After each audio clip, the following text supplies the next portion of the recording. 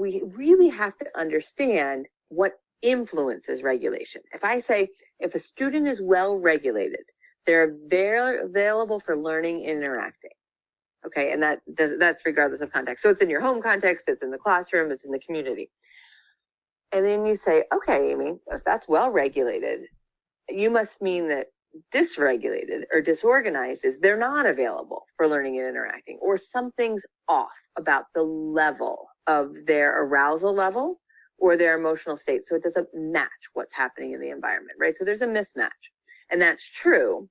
So this slide gives us an idea if there is a mismatch, if there is dysregulation, some of the things that might be at play.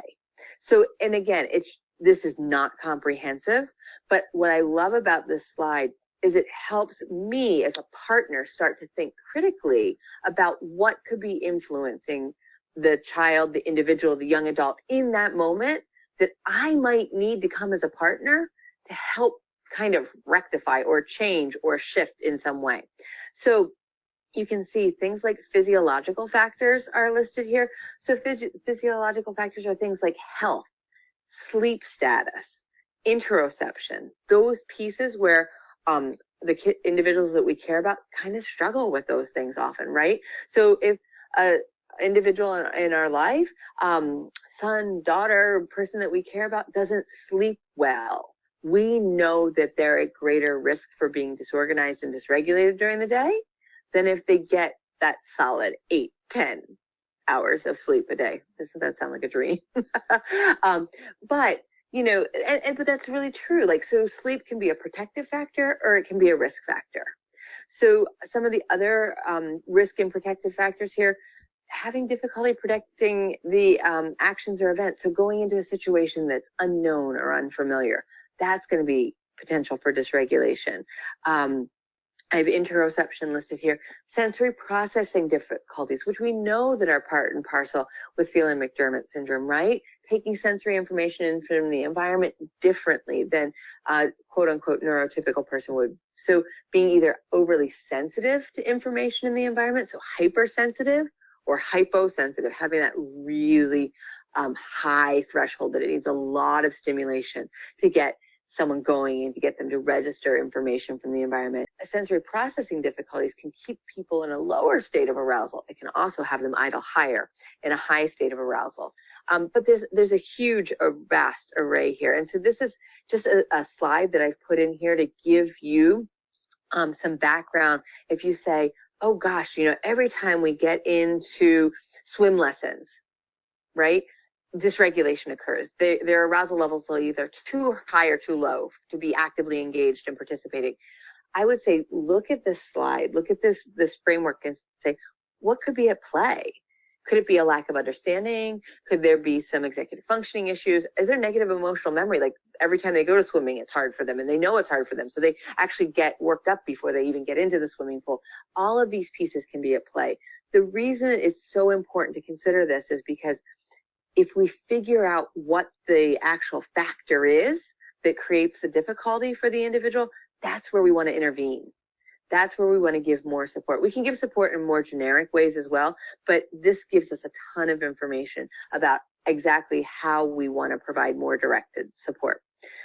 This slide is one of my absolute favorites, and I could spend the rest of our time talking about it together, and I will not, I promise. But I love this slide because if I'm working with an individual, regardless of their age, and I want to understand their behavior. So oftentimes when we say someone's dysregulated, we know that based on how they're interacting, behaving, presenting in their environment, right? And this is where things like challenging behaviors come in to play, maybe disruptive behaviors, loud vocalizations, right? Busybodies, those kind of things. And people often just focus on the action, what they're happening, that loud vocalization or that busybody, and they want it to stop. And I always come and say, I want it to stop, not because I want it to stop, but I want it to stop in the sense of it's taking them out of their availability for learning and engaging. I want them to be available for learning and engaging. So I need to understand why they're engaging in that behavior or that action.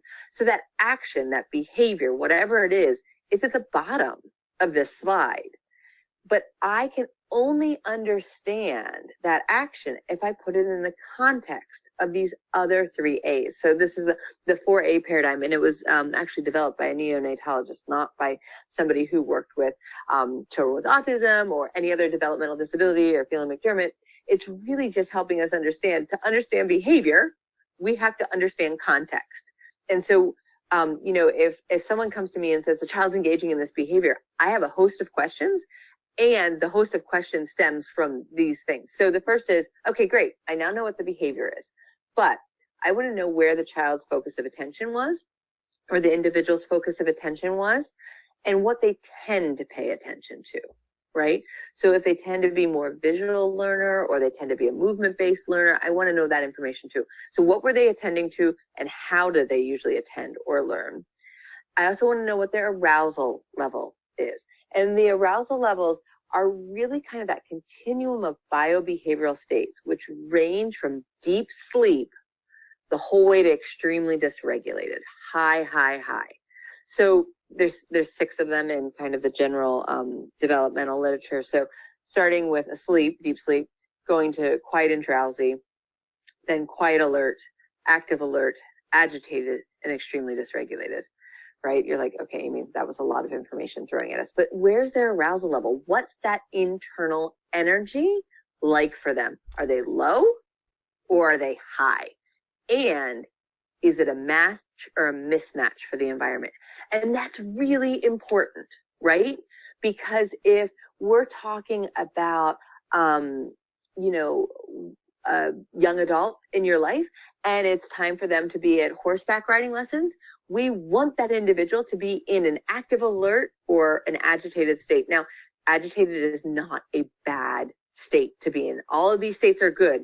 It's just a higher energy level. We equate the word agitated as something bad, but it is not bad. It just means the person is kind of amped up and ready, okay?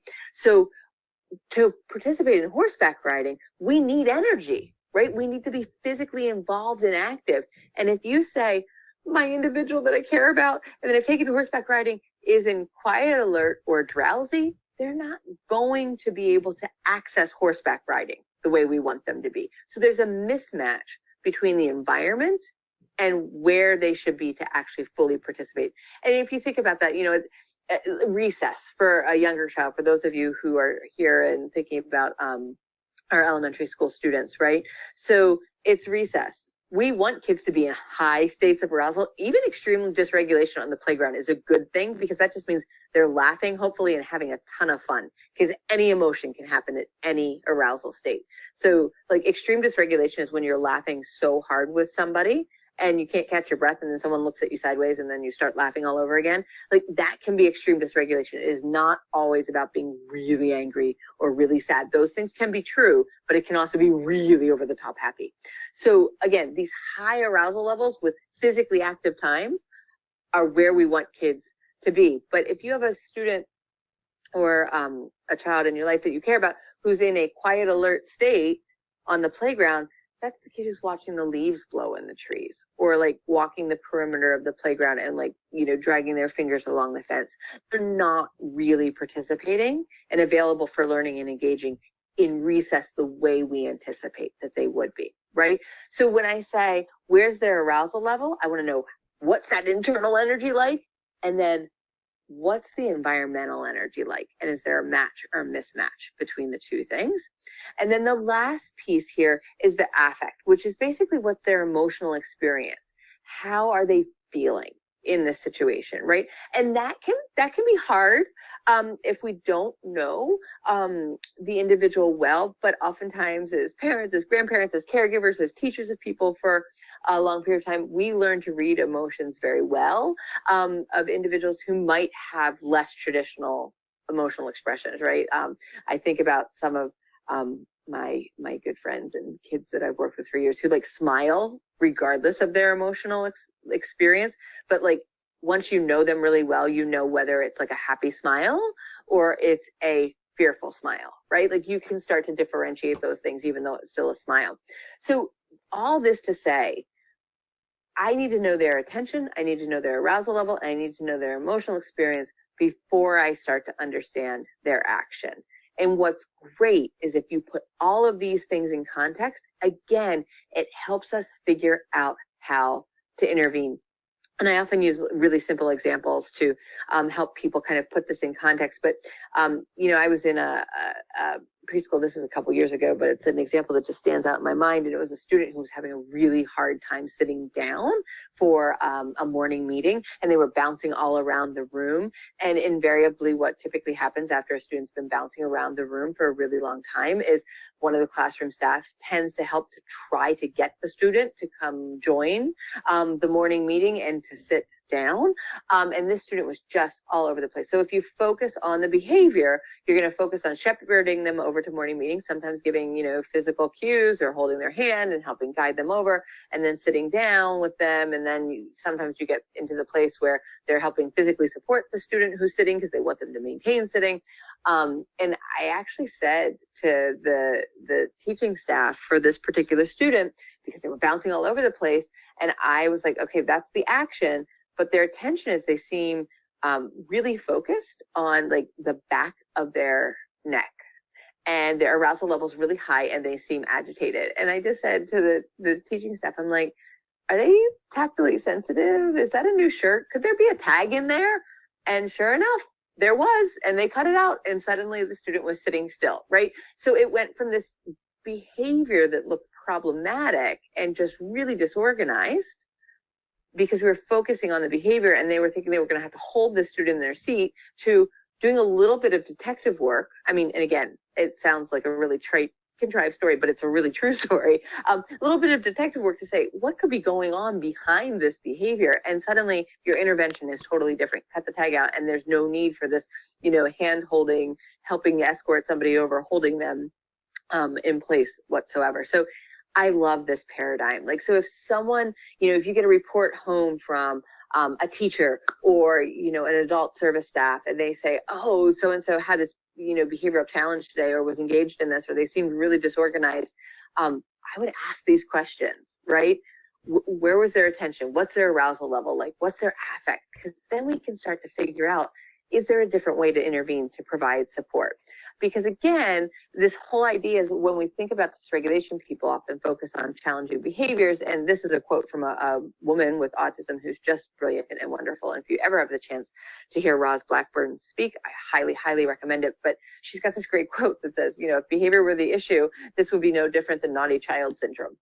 And I'm not a naughty child. Like, there's all these things underlying the behaviors or the challenges that we see that are impeding somebody's ability to be well-regulated, organized, and actively engaged.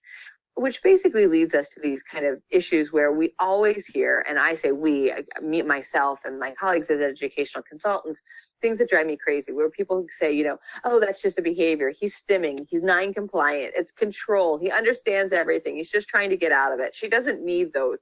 Those things absolutely drive me insane when I hear people say them, because what we know is that children with Phelan-McDermott and children with autism and other neurologically based learning differences have challenges and neurological differences that lead to developmental vulnerabilities that put them at risk for having regulatory challenges. So that web of all those things that I said we need to consider, those are challenges that are part and parcel for neurologically based learning differences.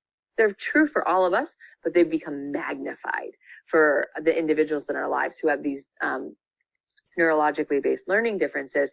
And so when we say things, or we hear people say things like, he doesn't need that, he's just stimming, he's trying to get out of, they're negating these underlying differences. And what I always try to do is pull it back and say, I hear what you're saying, and we're focused on the behavior. We need to focus on the individual's experience to understand why they're engaging in the behavior. What is at play? How are they experiencing the environment? Then we can start to figure out how we want to intervene. And that helps shift us from this notion of behavior management to emotional regulation. So we're not just going to focus on the observable behavior anymore. We're going to focus on the individual's underlying experience, which gets to that arousal, affect, and attentional pieces that I was talking about. And we're going to move away from just managing the child's behavior, like putting some system in place to tell them what they can't do, basically, which is what management systems do, right? They try to get rid of things or extinguish behaviors. And we're going to move towards regulation, which we're going to try to build and develop skill and capacity. So if you think back to that picture of Mike, there's no token board there. He's not earning as he goes along. He is learning how to use a schedule. He's learning how to reference a timer. He's learning that certain types of music or fidgets and rocking are settling and calming for him.